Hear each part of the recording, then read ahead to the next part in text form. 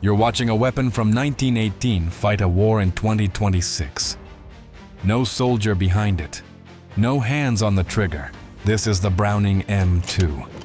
A machine gun famous for two things: its raw power and how easy it is to screw up. If you mistime it, it can detonate. If it overheats, it can fire uncontrollably. And someone mounted it on a 400-kilogram robot and sent it to the front line. So the real question isn't whether this thing is lethal, it's whether it can stay upright long enough to matter. The legendary Browning M2 has found a new body. Ukrainian engineers have taken Marder, a gun famous for being powerful but difficult, and bolted it onto robotic assassins. But was it a good idea? Can an old gun get a second life? The M2 is a beast known for its brutal recoil. It was designed to be mounted on heavy tanks or dug-in tripods, not light robotic platforms. When a 400-kilogram drone fires a .50 caliber burst, the laws of physics want to flip it over. It's a battle between the gun's raw power and the robot's balance. To stop the machine from doing backflips in the mud, Ukrainian engineers had to redesign the platform from the ground up. They created a chassis with an ultra-low center of gravity and advanced stabilization. They turned a platform that should be shaking uncontrollably into a sniper-accurate turret. But there is a question. Does this fusion of 1918 steel and 2024 tech actually work? The answer lies with the 5th Assault Brigade. It was a night battle. A Russian assault was inbound. Instead of risking men, the operators sent their reborn Browning forward. Through digital thermal eyes, the gunner spotted a Russian MTLB, a 12-ton armored carrier, charging the line. In the past, this would be a terrifying moment for an infantryman, but the robot doesn't feel terror. The operator unleashed the .50 caliber fire. The rounds punched through the armor, taking out the driver. The massive vehicle swerved and crashed, inches from the tiny drone. The assault was shattered. The robot held the line. The humans watched from a bunker, safe. This success has changed the rhythm of the front. Units like the 3rd Assault Brigade now treat these robots like factory workers. They clock in at dawn, holding dangerous crossroads for weeks at a time. They clock out at dusk for a reload. The robot takes the fatigue. The robot takes the risk. The soldier stays alive to fight another day. The Browning M2 proves that good engineering never ages, it just evolves. It turns out, the ultimate weapon of the future isn't a laser. It's a 100-year-old American gun, finally given the body it deserves.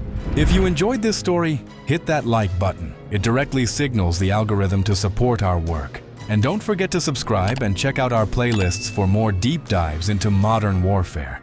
Your engagement is the fuel that helps this channel grow. For 2 years, the front line near Kupiansk held like a taut string. But suddenly everything blows up. The Russians unexpectedly break through right into the city. My call sign is Uran. Right now I'm in Kupiansk, in the center of the city. Putin announces the complete capture of Kupiansk and invites Western journalists to the city. Is this true? You see footage that confirms it seems to be so. But a few days later, Я привітав хлопців, дякую кожному підрозділу, всім, хто б'ється тут, всім, хто знищує окупанта. This video refutes Putin's words about the capture of the city. But Putin claims that this video is a fake. Yet you see the footage that it is the truth. Kupiansk. We are in Kupiansk. Damn it, what is happening there? Who actually controls this enchanted city? Right now, you're going to find out everything, because we are heading straight into hell following these guys. Believe me, this will be an interesting trip, during which you will also learn why the battle for Kupiansk is a unique military experience.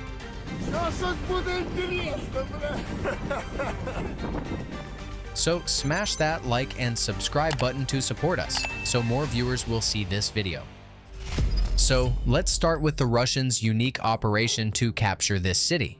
After all, Ukrainian forces managed to create a fortress here. No, these aren't stone structures. and not castle walls with boiling pitch. We are talking about fortifications of a new generation. What do they look like? On the outskirts of the city, Ukrainians built deep tunnels and metal bunkers for infantry and observation posts capable of withstanding strikes from glide bombs and heavy artillery. The length of this dugout is 70 meters. Underground, there is room not just for infantry, but for artillery too. The fighters here practically live together with the guns and ammunition. Even MLRS crews hide underground. They give us coordinates. We choose a suitable firing position, drive out, aim, and work the target. Part of the defensive fortifications is also located directly in the city. These are buildings and basements. But the Russians aren't wasting time either. They also have underground structures on the approaches to Kupiansk. In our area of responsibility, there is a Russian position where a gun drives underground, and then a BMP drives out from under the ground.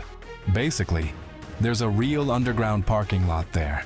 However, the movement of any equipment on the surface is instantly detected by reconnaissance UAVs circling very high up. And then comes an FPV. Boom, and you're in the sky meeting your ancestors. Every key defensive point of the Russians and Ukrainians has its own electronic warfare assets, but to destroy equipment, both sides actively use strike fiber optic FPVs.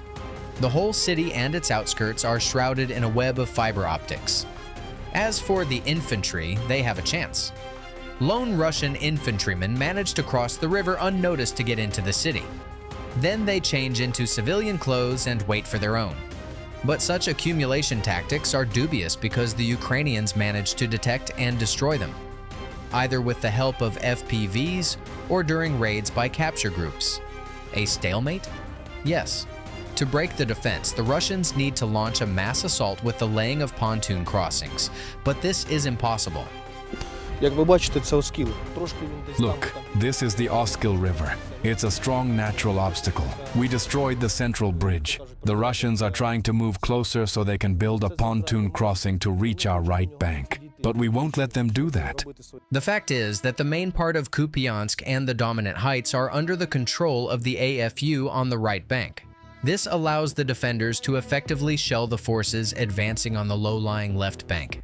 Therefore, Ukrainian drones and artillery stop Russian troops' attempts to set up crossings, bring up equipment, and ford the river dividing the city. So, what do the Russians come up with? A gas pipe. Yeah, the Russians once again decide to carry out an operation that looks more like a ritual sacrifice. So, on the approaches to Kupiansk, in the sector controlled by Russian troops, the Russians dig a shaft down to the gas pipe located underground. They cut the pipe open from the top like a tin can.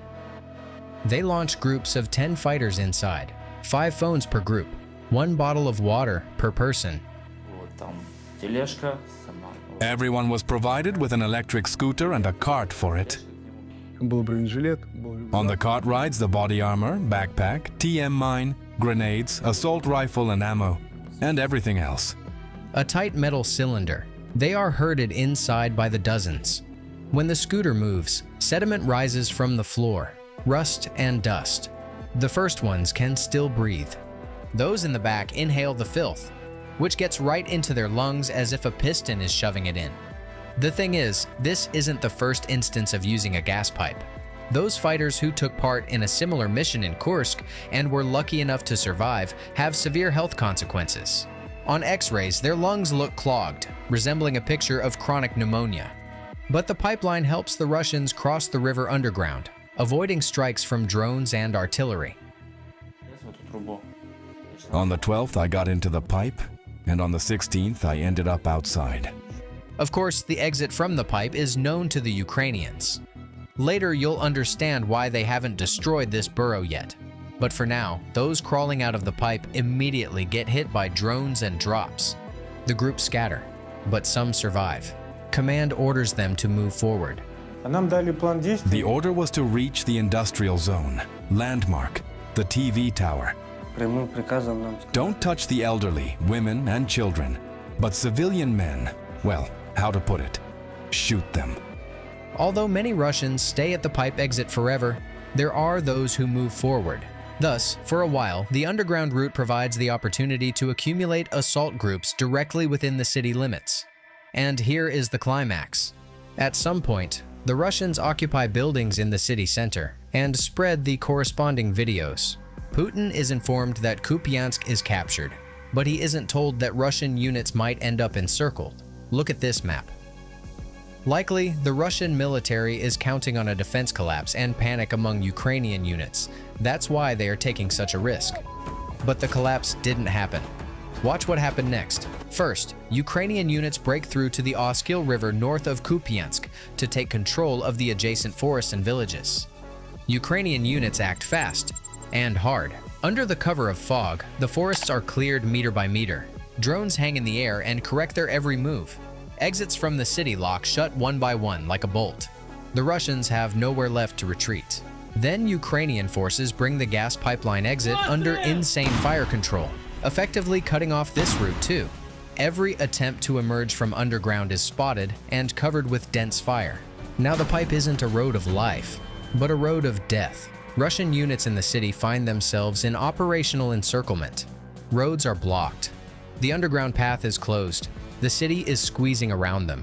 Next begins the third stage of the Ukrainian operation, clearing the city.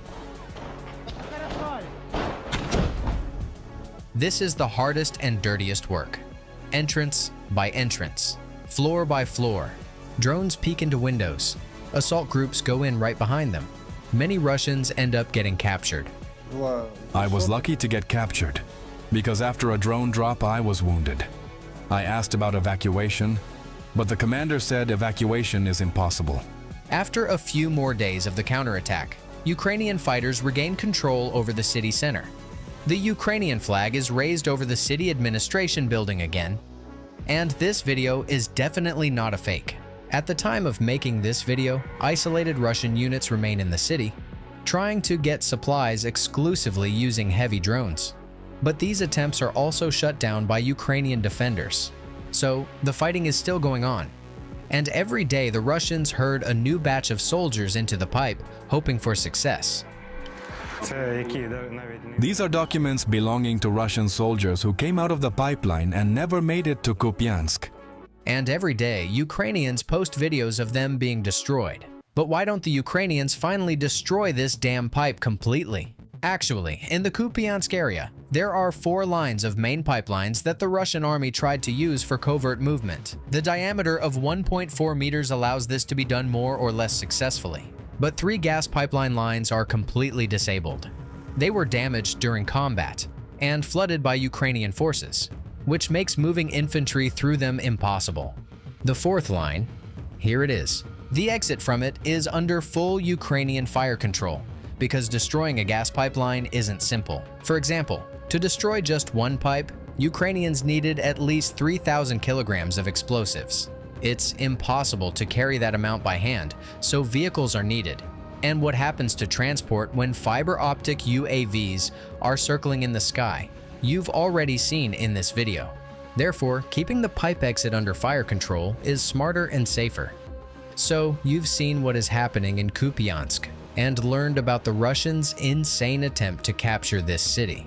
Write your opinion in the comments.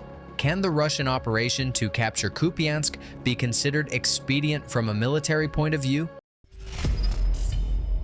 The first Australian Abrams didn't last long. It's been hit. Here is how it happened. In these frames, you see a Ukrainian column with Abrams tanks that just arrived from Australia, daringly heading through a narrow bottleneck to storm the outskirts of Pokrovsk. How did they work up the nerve? The disgusting weather played a role.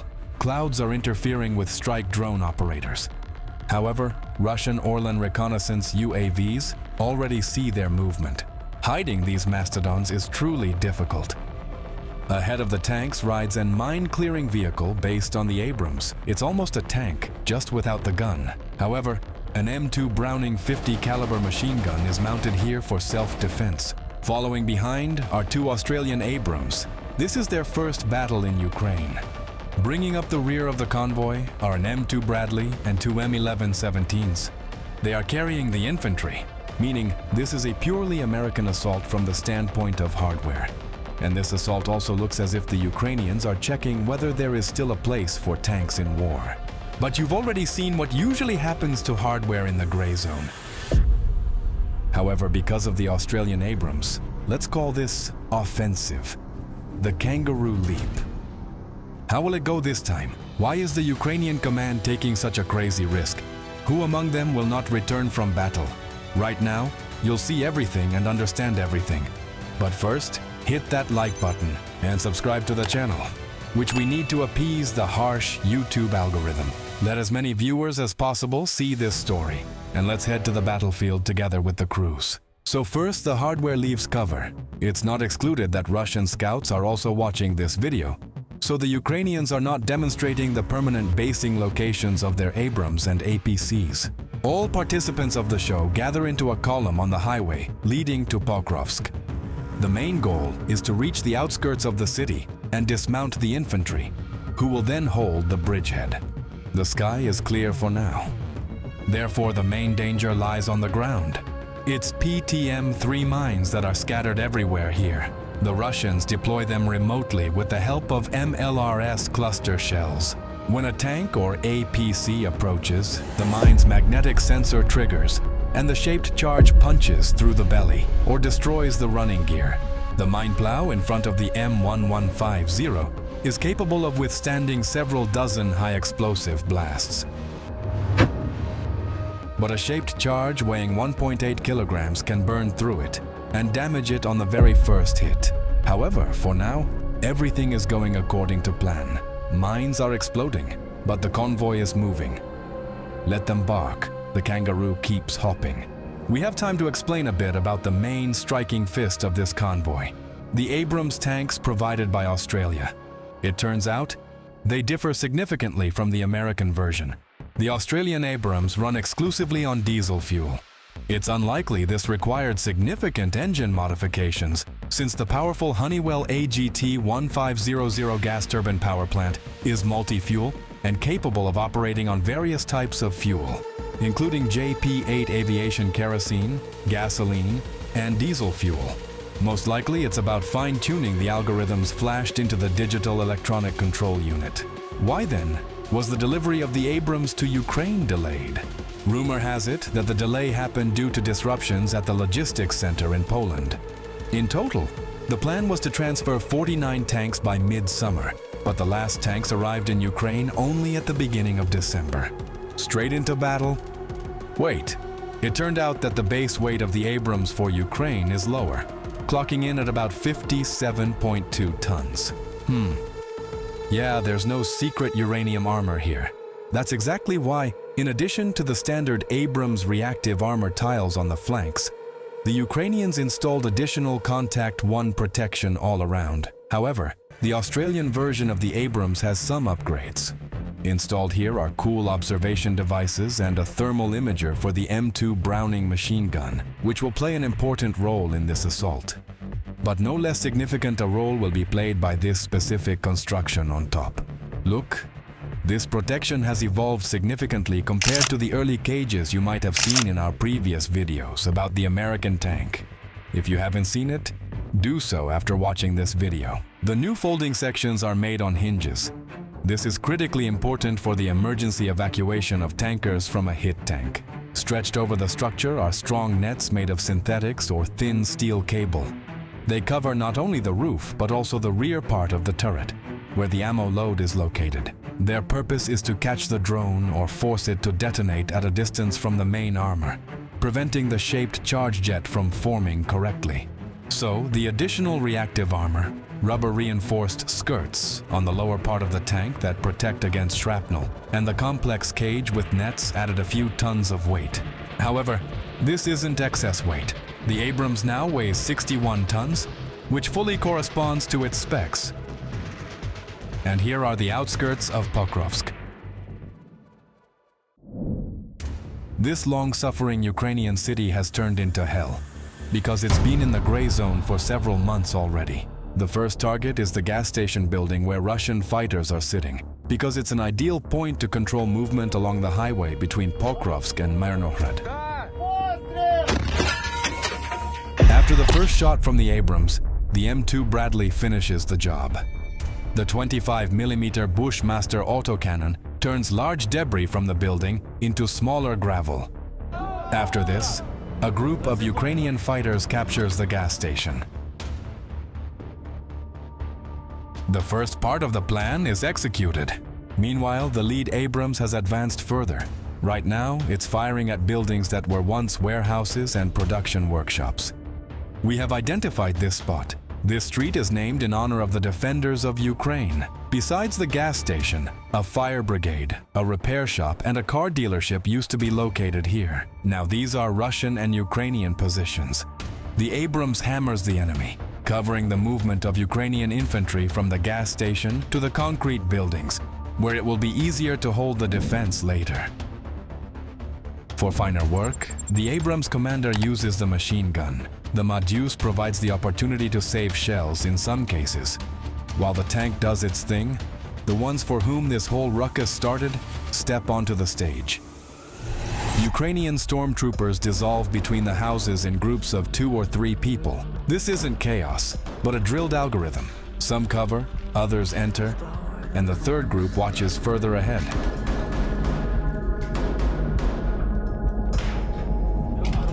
Windows, sectors, corners, everything is under control. Comms with HQ are normal. There's enough ammo, as long as it lasts until the next rotation, because it's unknown when that will happen. Meanwhile, another Abrams takes the first hit from an FPV drone with a shaped charge.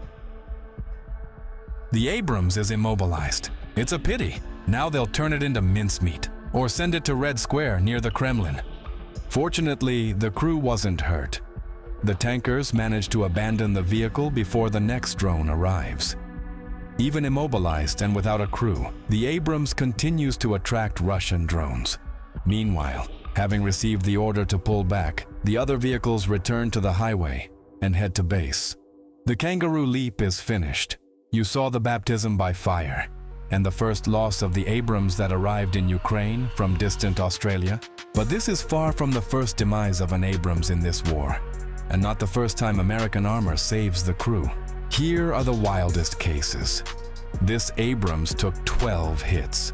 Russian drone operators got tired of trying to kill it. However, the American Mastodon withstood everything, so the crew left the vehicle unharmed. The absence of blood inside points to this, and this Abrams stopped after meeting as many as 6 drones that bit into its armor simultaneously. The crew waited a long time to get out because the Russian drone operator wanted to kill specifically the tankers. But he didn't succeed. Because drones also aren't eternal and have limited battery life. The crew is alive. That's the main thing. But how many Abrams died in this war? So Ukraine received a total of 80 M1A1 Abrams tanks, 31 from the States and 49 from Australia. At least 20 tanks from the first American batch were destroyed. You just saw the first destroyed Abrams from the Australian batch. Is this a lot or a little? Write your opinion in the comments. However, this doesn't mean that Abrams tanks are a punching bag. Perhaps the best combat tandem of this war can be considered the Abrams and M2 Bradley. These are frames of a textbook assault with their participation. Pay attention that infantrymen are not taking part in the mission. This means that a random bullet or shrapnel won't find its victim, but will simply bounce off the armor. The final shot from the 120mm cannon puts an end to this battle. Mission accomplished. Being a tanker in the Russo-Ukrainian war means having gigantic challenges. You're heading into a slaughterhouse, he says. Even the infantry often refuses armored vehicles for the sake of safety. And a tank? That's a straight-up jackpot for the enemy, especially a tank handed over by the Allies. One of the biggest donors of this hardware for Ukraine is Poland, and its tanks have been demonstrating hardness, quite literally, since 2022. This is the PT-91 Twardy, hard in Polish, and it's getting ready to show the Russians exactly what it's capable of. Does it meet the challenges of modern warfare? And will the PT-91 hold its ground in a fight against its Russian counterpart? Ukrainian tankers are confident in the effectiveness and indispensability of this tank. First off, it's very powerful fire support. it's got a powerful gun, it's got a wide range of shells. Second, it's the psychological factor itself, let's put it that way. Because believe me, the infantrymen feel much better, more protected.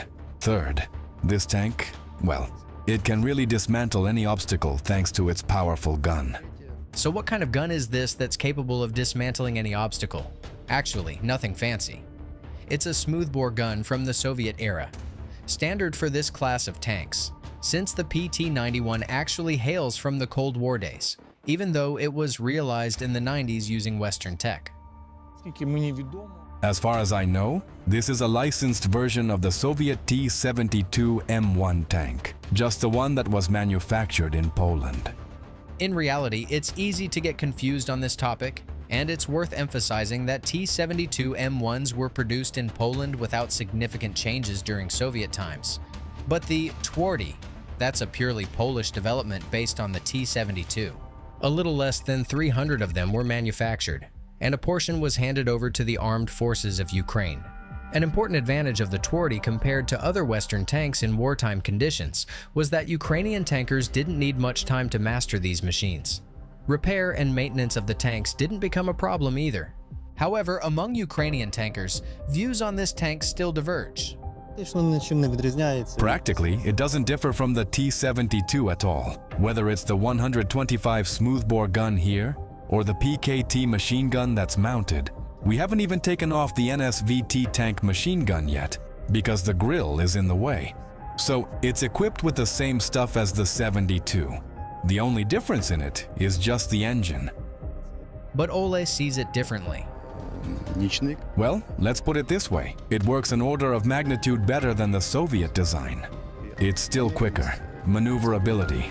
That's a very important factor because, well, every second can be worth its weight in gold. That's first. Second, the guidance system is improved after all. And the gunner got a night sight. We'll come back to the comparisons with the T-72 later, since it's specifically the Russian T-72s that are most numerous on the battlefield, and they are the direct adversary of the Polish tank. Your like is a signal for YouTube to promote this video. Help the channel grow. Hit that like button. But direct tank-on-tank clashes in this war are a huge rarity, so the PT-91 performs other tasks, like for example on the southern sector of the front. The crew of the Polish tank received a tough task, suppressing an enemy position in one of the settlements. For a sortie like that, the crew has to be more than just professional. You need to have a real fighter's character. The Russians see it perfectly well, but they can't manage to hit the machine at that speed. The Twardy crew cold-bloodedly destroys the Russian position on the move, while their artillerymen try unsuccessfully to score a hit. A shell lands nearby, but the PT-91 has already finished the job and is rushing to get back. The mission is accomplished, and Ukrainian assault troops can begin clearing the settlement.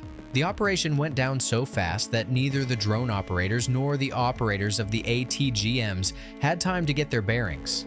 However, there's not even much point for the Russian anti-tank teams to shoot at this tank. After all, it's got a countermeasure system in place.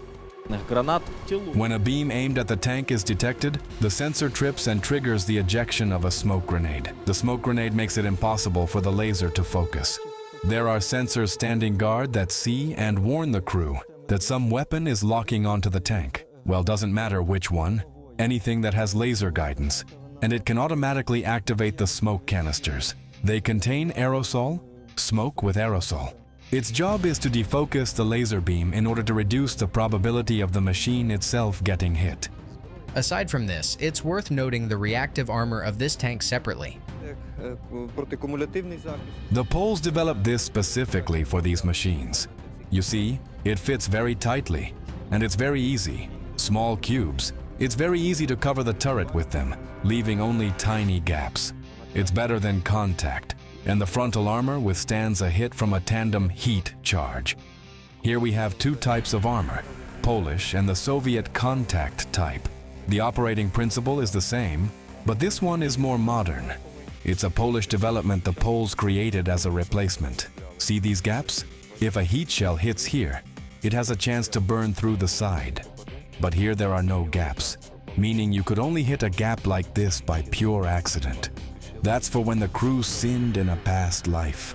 We don't know about the past life, but in this one, you should definitely hit subscribe so you don't miss new videos. However, the enemy infantry, who will have to face this tank, might have sinned even more than the crew. We work on infantry, mostly infantry. They set up meat assaults. They throw in the infantry and they climb like locusts.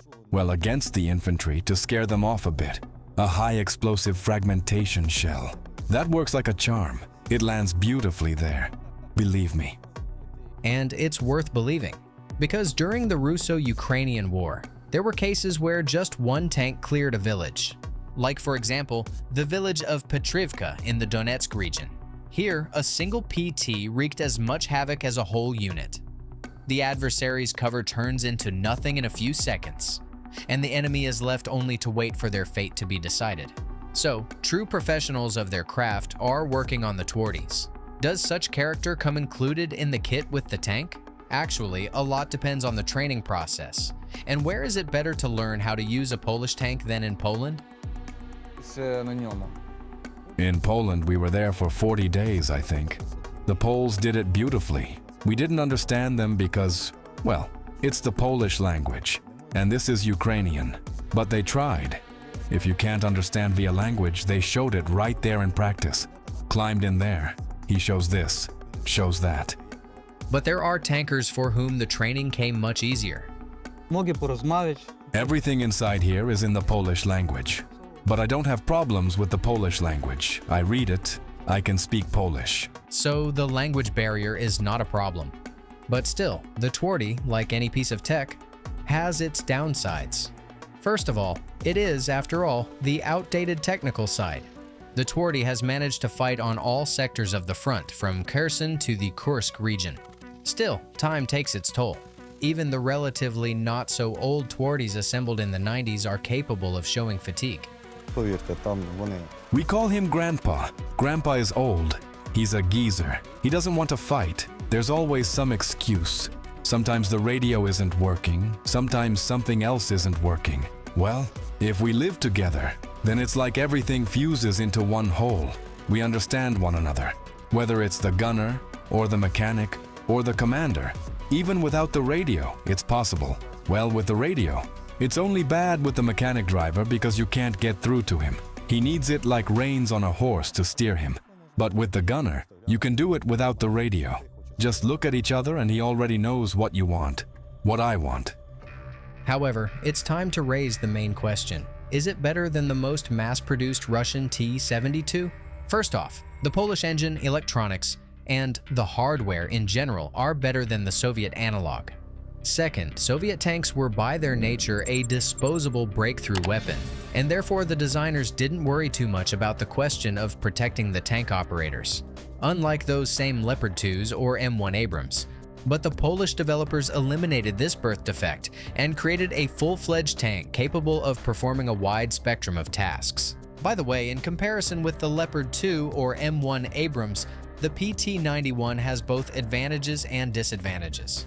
It is lighter, more economical, more adapted to hard work, while the Leopards and Abrams are gigantic armored machines created for destroying any adversary as quickly as possible. At the same time, the PT-91 Twardy version, in a direct comparison, is significantly better than the T-72Ms already handed over to Ukraine. If you go out head-to-head, a T-72 against a Twardy, the Twardy has a much greater chance of survival and victory in the duel. Overall, the Twardy is an excellent tank that appeared in the AFU very much on time. The tasks facing tank troops in modern war are performed by the PT-91 excellently, despite some outdated technical elements. Compared to Russian analogs, this tank is a head tosser in the food chain. All in all, the technical side understandable to Ukrainians, the large number of handed-over tanks, and the simplicity of repair make this tank an integral part of the Ukrainian army. Thank you for every comment, and we await your wishes regarding future videos. We read everything.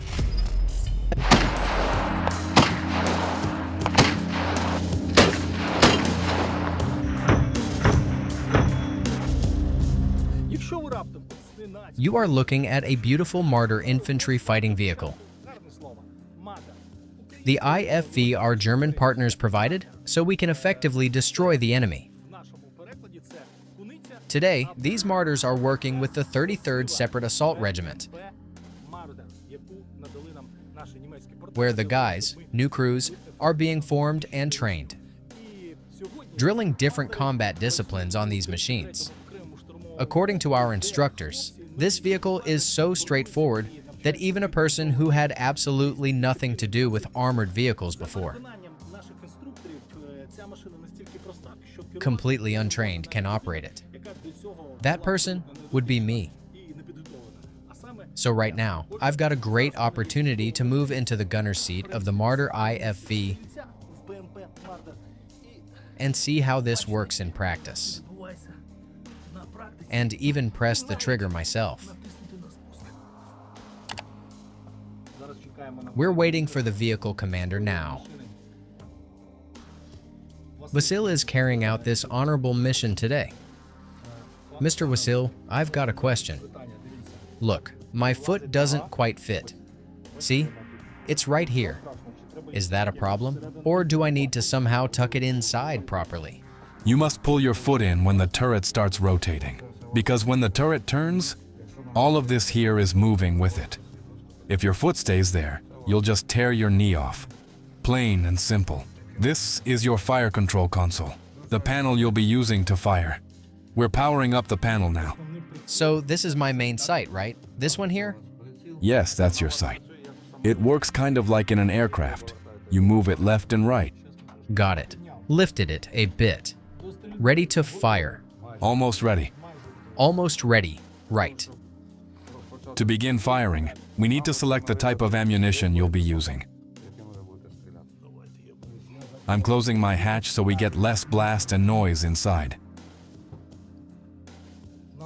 We need high explosive fragmentation. Fire. Fire. Yeah, bring it a little lower.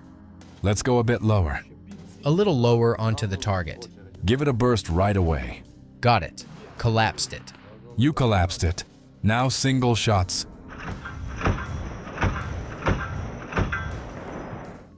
More single shots. Let's go again. More singles.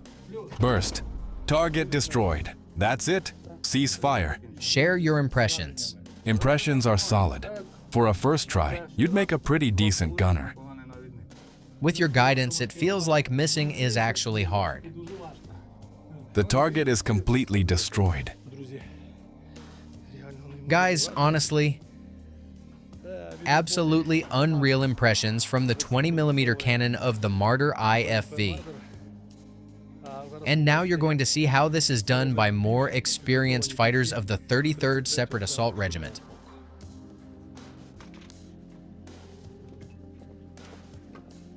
So right now, as I understand it, the main task is to assemble one belt, right?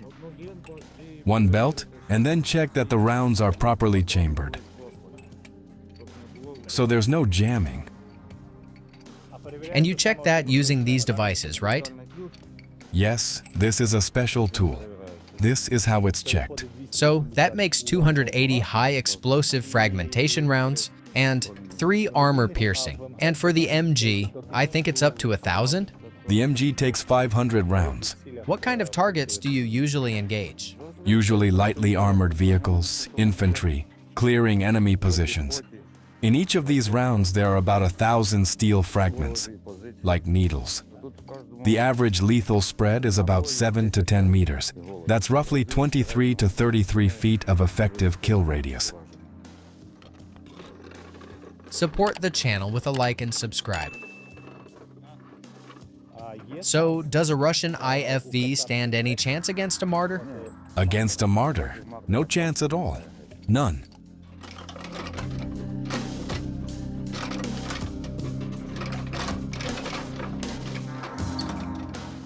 Have there been direct hits on a Marder? Yes, there have. One time it was in the Zaporizhia direction. We got hit from the rear, right into the ramp. An FPV drone hit us, but it's fine. Everyone was okay, all alive, all unhurt. There were also a lot of drone drops. Inside the vehicle, you barely feel a drop hit. All right, and this is the MG? Yes. Now lift it up. Lock it from the rear. Finger on the trigger.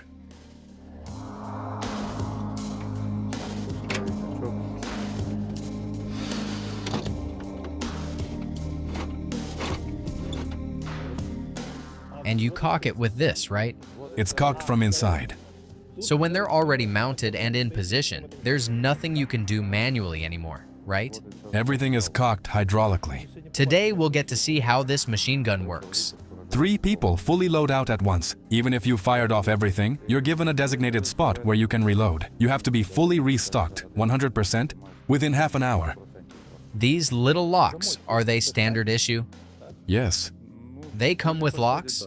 Yes, they're issued with locks. And why exactly do you need locks here?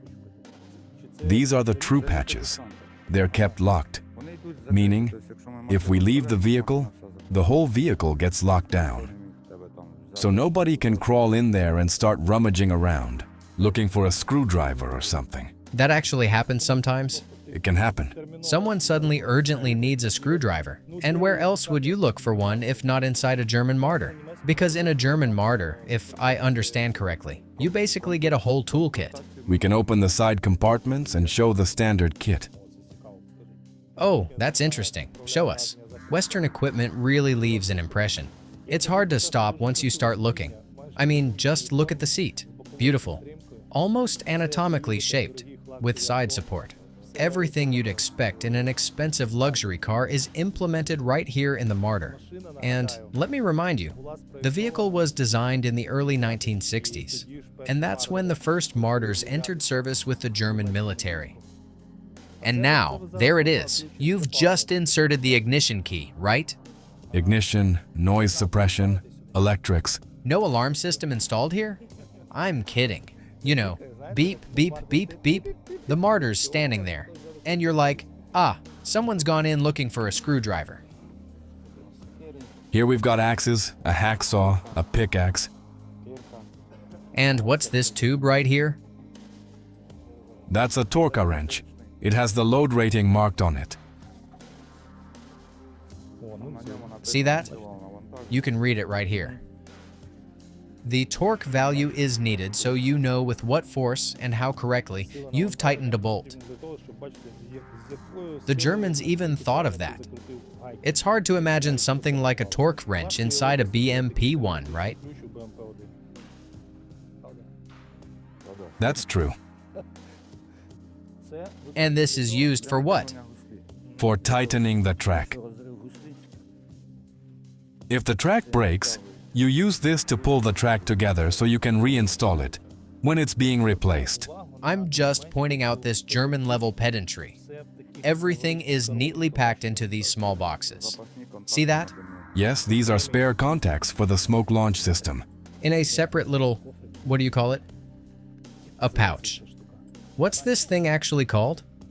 And by the way, how do you say pouch in German? Drop it in the comments. German language and Marder experts. This is also standard issue equipment that comes with the vehicle. This right here is a dream, I think, for any auto mechanic, to receive this kind of treasure. And in classic fashion, not actually use it, just store it carefully, and instead use some old beat-up tools to actually turn the bolts, just so the work gets done. And this one? This is the heart piece. You know it's a full set of wrenches. And at any moment, you can open it, look at it, and close it again. These are for winter, anti-slip equipment.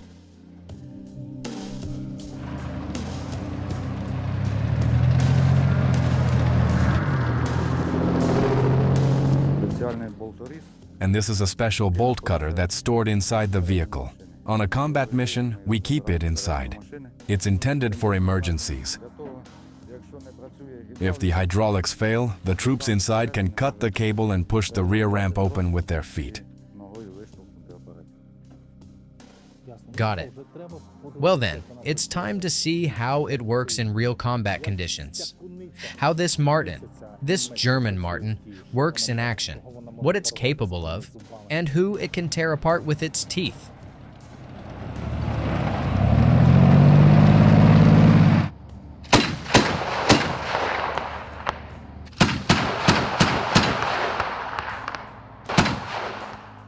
After we've looked over all the beautiful features of this Marder IFV, you can draw one solid, confident conclusion. The only thing better than one Marder is two Marders.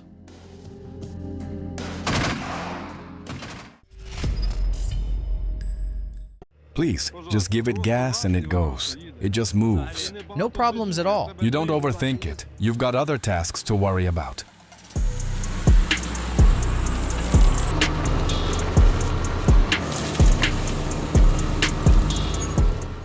Glory to Ukraine, friends. This is the Mastiff armored combat vehicle. Back during the wars in Iraq and Afghanistan, British forces rated it very highly based on their own combat experience. So we came to the 505th Separate Battalion of the 37th Marine Brigade to find out how Ukrainian Marines, now with their own hard-earned battlefield experience, rate it.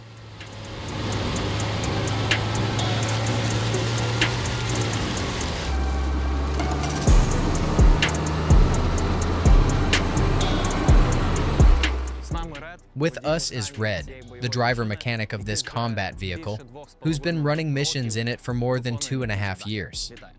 Welcome. Tell us, what kind of horse is this? What can I say about it? The engine's solid, powerful. You've got about 330 horsepower pulling it. It hauls its weight well. Automatic transmission, rock solid.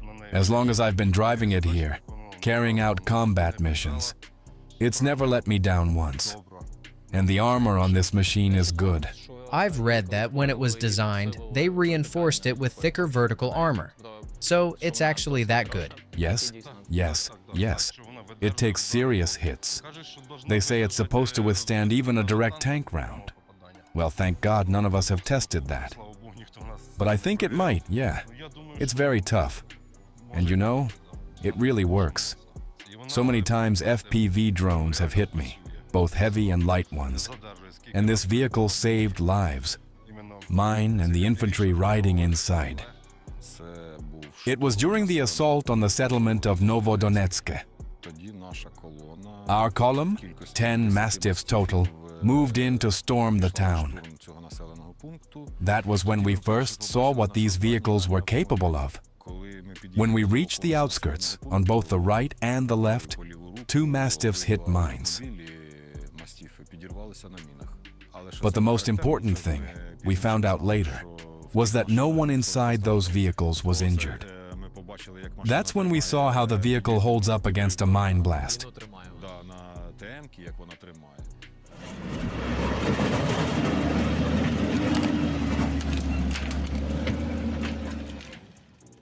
You're just gripping the steering wheel, and in a fraction of a second, you see an RPG grenade flying straight into your windshield.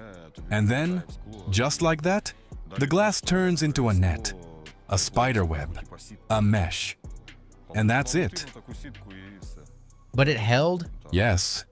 So even then, no fragments flying inside at all? First hit was an RPG straight at the driver, into the glass. The driver's windshield took it, held. Then they hit the commander's window. After that, I couldn't keep driving anymore. I couldn't see a thing. Then they struck the radiator. After that, the wheels. Well, the wheels were mines and shrapnel already. Shrapnel tore them up, and the vehicle stopped. And the crew? Everyone, absolutely intact. And everyone survived? Yes. How would you rate the armor? On a 5-point scale, considering the tasks it was designed for, that's a solid 5 out of 5.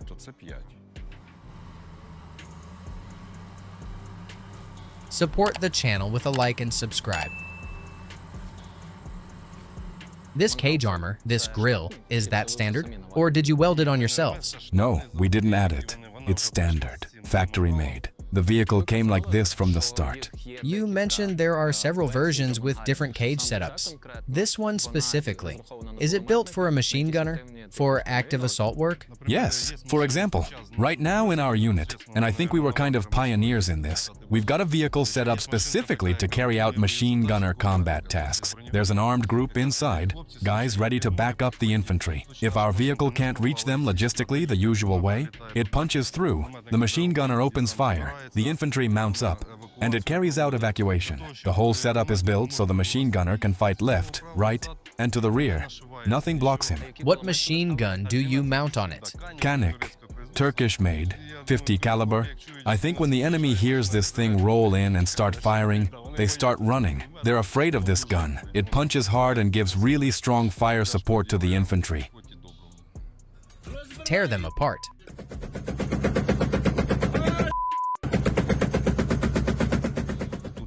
Here, in this sector where we're fighting now, the enemy slipped in from the flank. Somehow they pushed through. Our armored group loaded up, Mastiff, machine gunner, assistant, and we tore off toward them. I don't even know how many there were, 5, maybe 10. They rolled in on motorcycles. The Mastiff flew in, almost point blank, right up to a house. It wiped everything there. You can see it on video.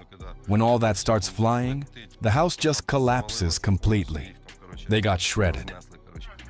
Into the bushes. Right into the bushes. Right into the bushes.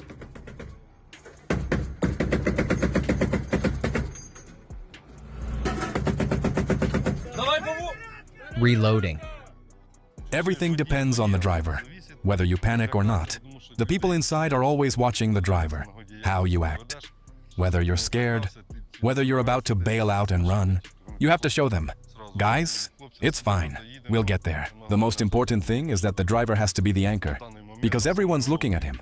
You have to hold it together. Of course, it's terrifying inside. You're thinking, just let us get through. But you never say that out loud to the guys. All right, close the hatch. Closing it. Done. Locked. Good job. I can tell right away what kind of guy the driver is. I served in the infantry too. I've seen how they climb in. Sometimes the driver is a bit twitchy, nervous. A lot also depends on the dismounts, the troops in the back. Fear is there. Sometimes the guys just can't force themselves to get out. But when they're riding in this vehicle, or when I roll in to pick them up, they're genuinely happy. They say, we wait for it so hard, we hear that engine growling. It's coming. That's it. The vehicle is coming. And it's not just them. We've got a lot of drivers too. They say, the Mastiff is coming, okay? We're calm now. It'll pull us out no matter what. All right, I was working, turning back. There's a hole on the left, you see it? Keep right along the embankment.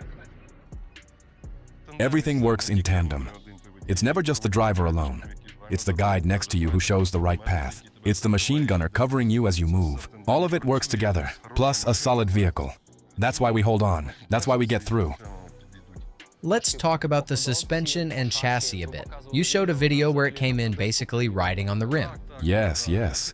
These wheels are fitted with run-flat inserts. What's a run-flat? Inside the rim, there's a thick rubber insert. What's it for? If the tire gets punctured or shot out, it can still drive about 30 kilometers, around 18 to 19 miles. They thought this through well. You saw the photos? The guys showed you? There were times it came back with literally not a single tire intact.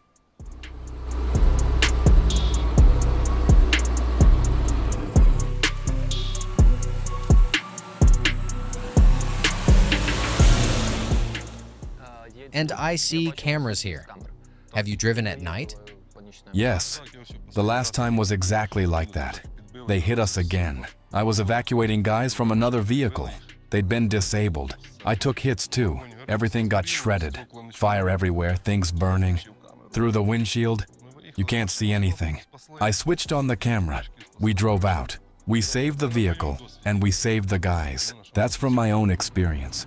When you're searching for dismounts in a tree line or a wooded strip, and the guys are sitting there waiting for you, and you can see them, those little heat signatures, it makes life a lot easier. You can see for yourself how clearly personnel are visible through this thermal imager. How many troops does it carry? 8 dismounts, full crew, 10 total. The driver, the vehicle commander, and 8 troops. What's the maximum? Quite a lot. They said there were cases where even 15 guys crammed in. The troop compartment is solid, built by the British, but the concept is American. Everything is made for soldiers, for the dismounts, so it's comfortable. Rifle racks, restraints so you don't get thrown around on long rides, because the vehicle bounces hard. It's stiff. Guys, hold on. I'm gonna push it. Hold on. There's a screen in the back so the troops ride without their heads spinning. We tell them, watch TV, boys. You'll see we're moving in the right direction. Got it.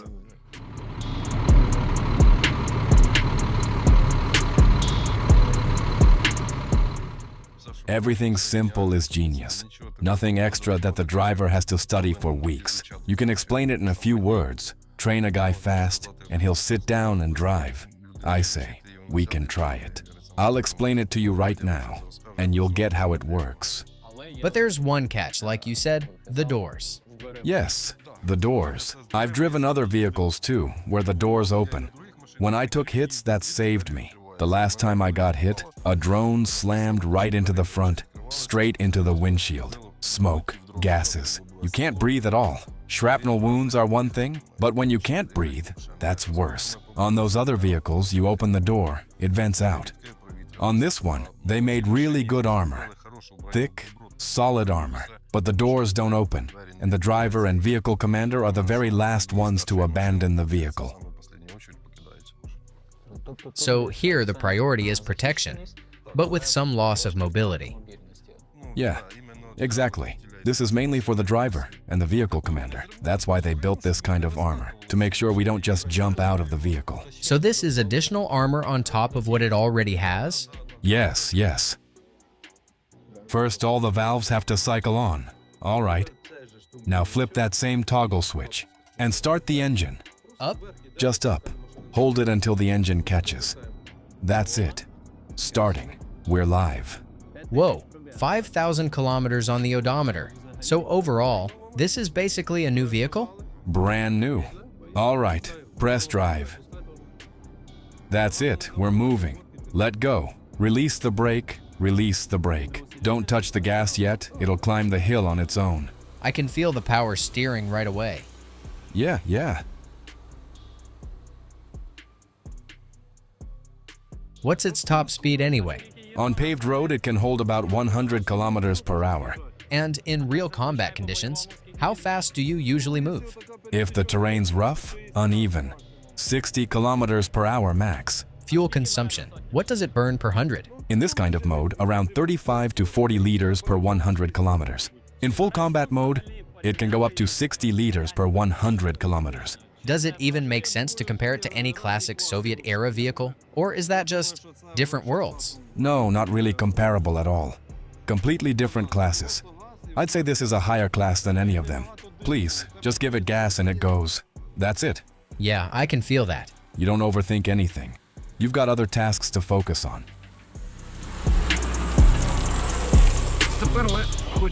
Now we want you to understand what it's like to drive using only the thermal imager. But look how clearly you can see people through the thermal.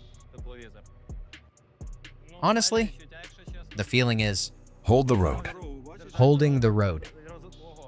Damn, this is pretty hard. You feel the level of concentration now? How hard it is to bring the vehicle, the road, and everything else into one single point in your head. You try to imagine the speed, the adrenaline. Yeah. Until you try it yourself, you won't understand. And imagine this. There's nothing else left. The glass is shattered. You've got no visibility at all. And you still have to get there. 24 tons, about 53,000 pounds. And it's surprisingly easy to handle. You don't really feel the weight. So, how is it driving on the thermal? It's impressive, but it's really hard. That's what I'm saying. You don't really get it until you learn how to combine everything in your head. And add adrenaline on top of that, when you know you have to complete the task. And the only thing helping you is that small camera. That's why driver skills matter so much. 100%. And it really helps that it's an automatic. Yeah. It makes life easier. You don't think about anything. You just give it gas. It does the thinking for you. All you have to do is watch. Plus, you just press the accelerator and it goes. More advantages or more drawbacks? Look, my answer is simple. I've been driving this thing for 2.5 years. I've been hit. I don't even know how many times, and I'm still alive. So there are way more advantages. The drawbacks are minor. Everyone has their own comfort standards. There's no fridge, you know. Though actually, it's got heating and everything. Bottom line, I'll tell you this machine is worth it. In the situations we've been in, our combat unit took the hits, and it's held up, and it's still holding up with dignity. So it's both assault work and logistics. Yes, it does everything. It can handle both. Assaults, and it gives massive support to the infantry.